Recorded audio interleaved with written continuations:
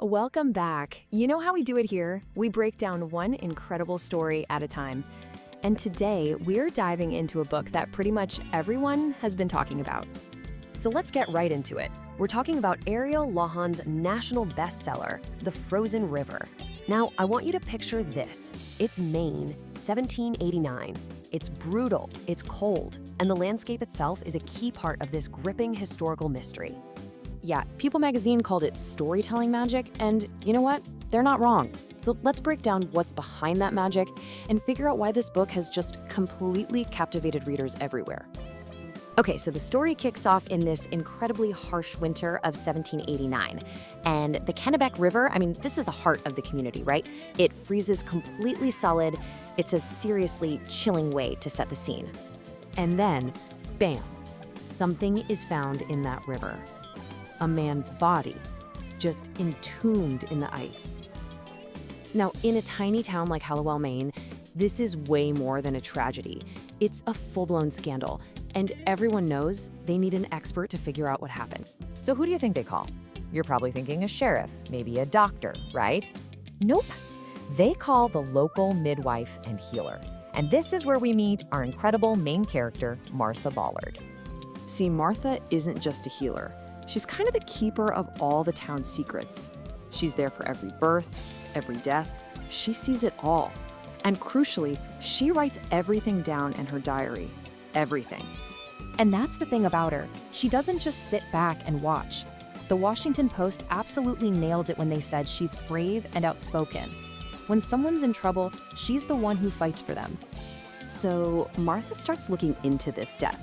And right away, she knows something is off. This was no accident.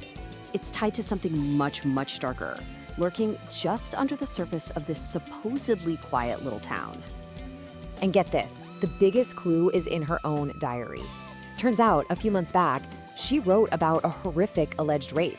And the accused were two of the most respected men in town. So the man they just pulled from the ice, yep, he was one of them. So right away, we've got a major conflict. The local doctor, a man of course, takes one look and says, oh, it's just an accident. But Martha, she sees the evidence, she trusts her gut, and she is absolutely certain this was murder. So now what? The official story is just gonna sweep this whole thing under the rug? Martha is completely on her own, knowing a murderer is out there. She has no choice but to go after the truth herself.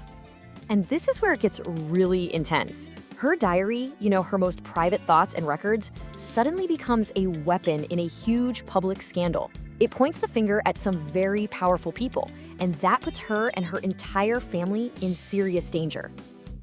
This fight, one woman taking on a whole corrupt system, it's just so compelling.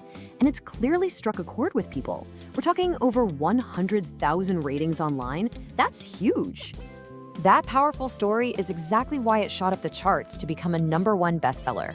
People just love a hero fighting for what's right, especially when the odds are stacked against them. And when a book gets picked for the Good Morning America Book Club, you know it's hit the big time. It just proves how much this story connects with people, getting everyone talking about justice and, whose stories we choose to listen to. Okay, but there's something even deeper going on here. The Frozen River is more than just a great thriller. It's actually doing something really important. It's reclaiming a piece of history. Because Martha Ballard, she was a real person.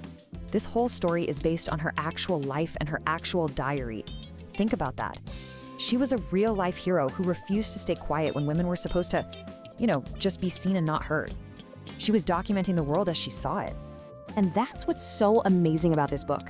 It's taking this forgotten hero, this woman who left behind this incredible legacy, and it's finally giving her the spotlight she deserves. She's being written back into history. So the story leaves you thinking about this really powerful question. What does it actually take for one person's voice, especially a woman's voice, to cut through all the noise and change things? And wow, that question feels just as urgent today as it was back in 1789, doesn't it? So, if you want to uncover the whole story of Martha Ballard's incredible, courageous fight for the truth, you know what to do.